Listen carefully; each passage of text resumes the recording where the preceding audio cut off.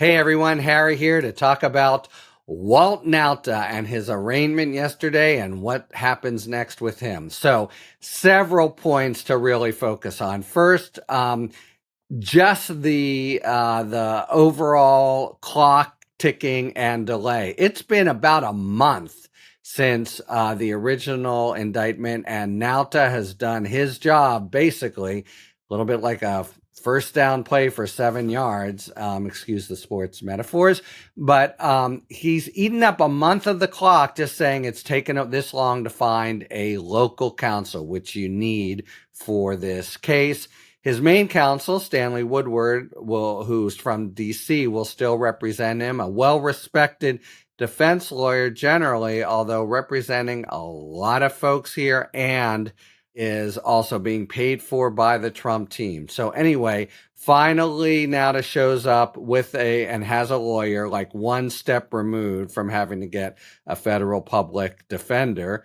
But, we've had a full month that it's taken for what would normally be the very first day.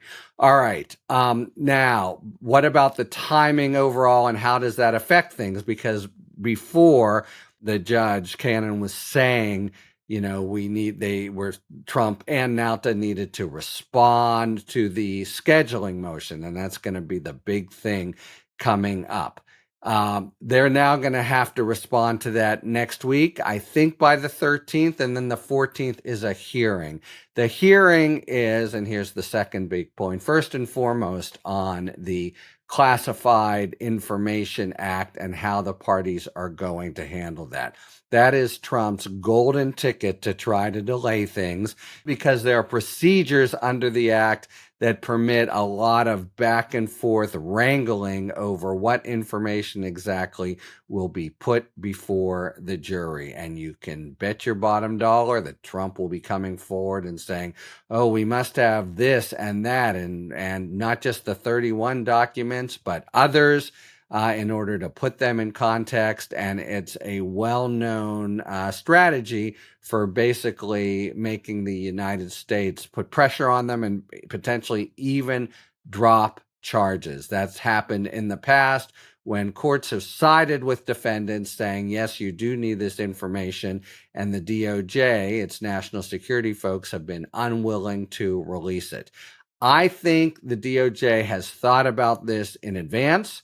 And the 31 documents that are in the indictment already are relatively easy to sort of sanitize and get the essential information out. Moreover, they can afford to lose 15 of them. The overall charges and sentence aren't really driven by the number of documents. So I think they've already done the best they can and will have strong arguments to keep Trump from delaying too much. But that's sort of par for the course in these classified documents cases. And you can bet come next Friday that there'll be strong arguments and Trump will be telegraphing, oh, my Lord, we need 10 years to go through this. All right, but back to Nauta. And here's the biggest point to talk about. What is the story with him? We had a report just a couple days ago that a real impetus for going down and getting the search warrant was surveillance tape that showed that the day before DOJ, a big lawyer in national security there, Jay Bratt, was to show up to get to personally take documents from Evan Corcoran. This is when and this has been an unsealed part of the affidavit. So just this little bit. But boxes, Nauta moves out 60 some boxes, moves back in 30 boxes. This is really strong evidence to go with everything else. There is, remember, also another person there who helped him. The evidence against him is strong. So why has he not cooperated with the government? Why is he still staying joined at the hip to Donald Trump? I don't think it's as simple as his legal exposure. I mean, he may be playing for a pardon down the line. However, it's certain that the department offered him a very, very sweet deal that wouldn't require any jail time. So that doesn't really change things. Probably he wouldn't have even been convicted and have a criminal record. I think rather that basically Nauta is this, guy who was plucked from obscurity. He had a short rotation in the White House as the kind of, well, we've heard valet. I think basically he's the gopher, and especially the Diet Coke guy, who that seems like almost a full-time job in the Trump White House. And he all of a sudden has been in the inner circle. By all accounts, he's kept his nose clean, hasn't tried to be a big shot, has given Trump real confidence in him. You may have seen earlier this week the two of them chomping down on a cheesesteak together in Philadelphia. So my guess is what Nauta is thinking about, because, he's really looking at, because he's a co-conspirator, a few years of a jail sentence if Trump isn't able to, save him by being elected, or having, say Ron DeSantis, if he's elected, pardon him.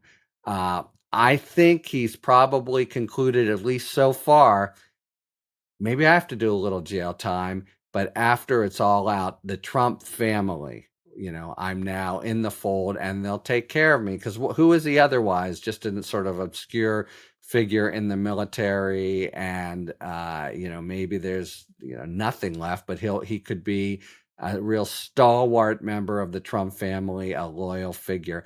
I think that rather than the legal exposure must be in play. But one other point, as time, it's not a closed door for him. He realizes, and I'm sure his lawyer has told him, the United States offer to get you to cooperate will stay good probably up until trial, which, right now, that's the big question. When is that going to be? So he can play tough, and probably still his offer to cooperate would be valuable enough that he could sort of switch horses at the very last minute.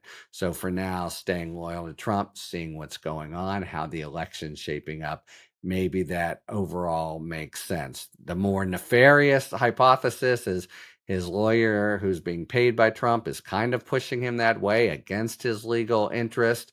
And I think it is against his legal interest, narrowly construed, but maybe not against his sort of broader personal interest, given who he is. Okay, so Nauta, arraigned, pleads not guilty to all the counts.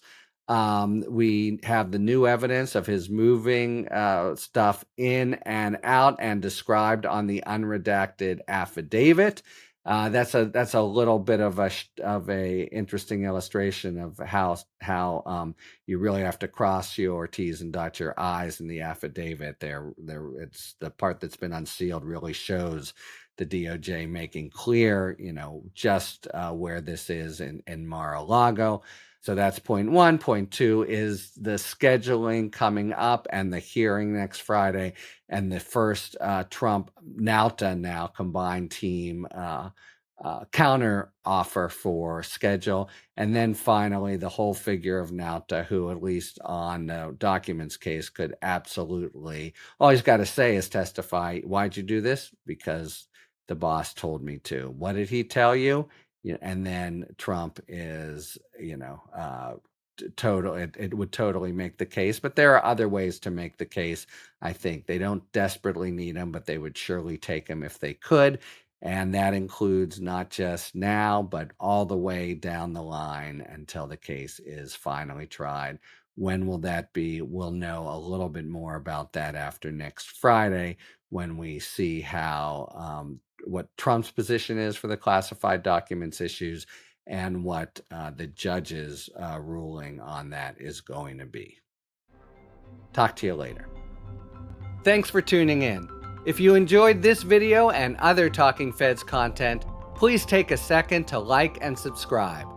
Talk to you later.